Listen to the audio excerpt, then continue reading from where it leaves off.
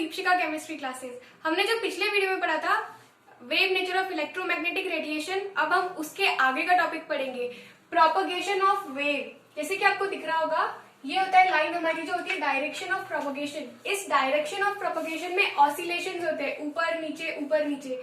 तो ये जो ऊपर वाला रहता है इसे हम कहते हैं क्रेस्ट, और डायरेक्शन ऑफ प्रोपगेशन लाइन के नीचे वाले कर्व को कहते हैं हम लोग ट्रोज। तो इसमें हम लोग कुछ चीजें पढ़ेंगे, जैसे कि डिस्टेंस बिटवीन टू क्रिस्ट्स। तो हम इसे क्या कहते हैं? तो हमारा पहला टॉपिक होगा वेवलेंथ। वेवलेंथ क्या होती है? इस वेवलेंथ को हम लोग डिनोट करते हैं इस साइन से, और इसे कहते हैं हम लोग lambda.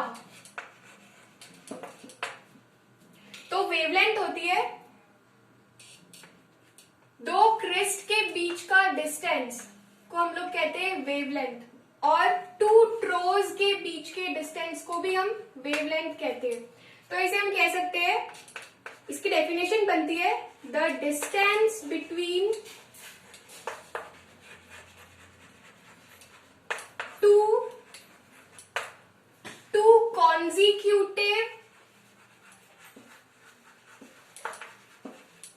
crests and trows are called wavelength। ये वेवलेंथ आपको हर जगह पे काम आएगा। हम लोग इसके आगे के जो भी टॉपिक में पढ़ेंगे उसमें सब में वेवलेंथ आएगा। So next is amplitude.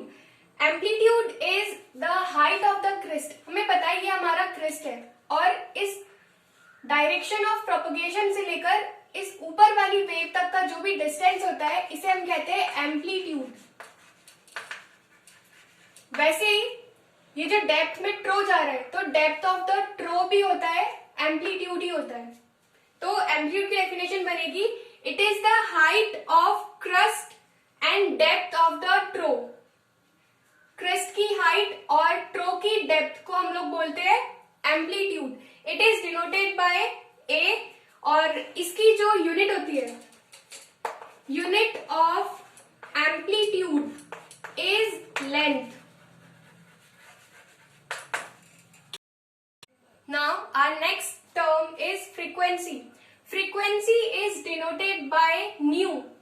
New बोलते हैं हम इसे, ये दिखता वी जैसे लेकिन हम इसे कहते हैं न्यू। इसकी डेफिनेशन होगी, it is the number of the wavelength which pass through a point in a second.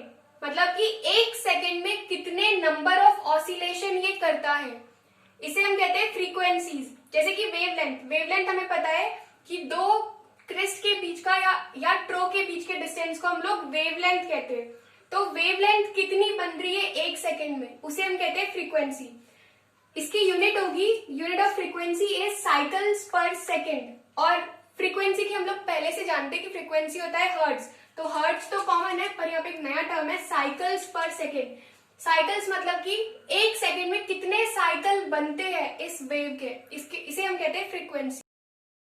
So velocity is, it is the linear distance travelled by the wave in 1 second. इसकी unit होती है metre पर second. ये हम लोग अच्छे से जानते हैं कि वेलोसिटी की यूनिट मीटर पर सेकेंड होती है। मतलब कि वेव कितनी वेलोसिटी से आगे बढ़ रहा है, एक सेकेंड में कितनी वेलोसिटी से आगे बढ़ सकता है, तो हम उसको लिखते हैं मीटर पर सेकेंड में, और इसको डिनोट करते हैं हम लोग, इसका साइन होता है small C. Now wave number. Wave number is denoted by nu bar. Nu के ऊपर एक बार। The number of wavelength which can be accommodated in 1 centimeter along the direction of propagation। इसमें और लैम्डा में अभी हम लोग एक रिलेशन देखेंगे। तो वेव नंबर का फॉर्मूला होता है, wave number is equals to 1/वेवलेंथ। फिर इसके बाद हम देखेंगे relation in wavelength, frequency and wave number. Wavelength, frequency और वेव नंबर के बीच में रिलेशन।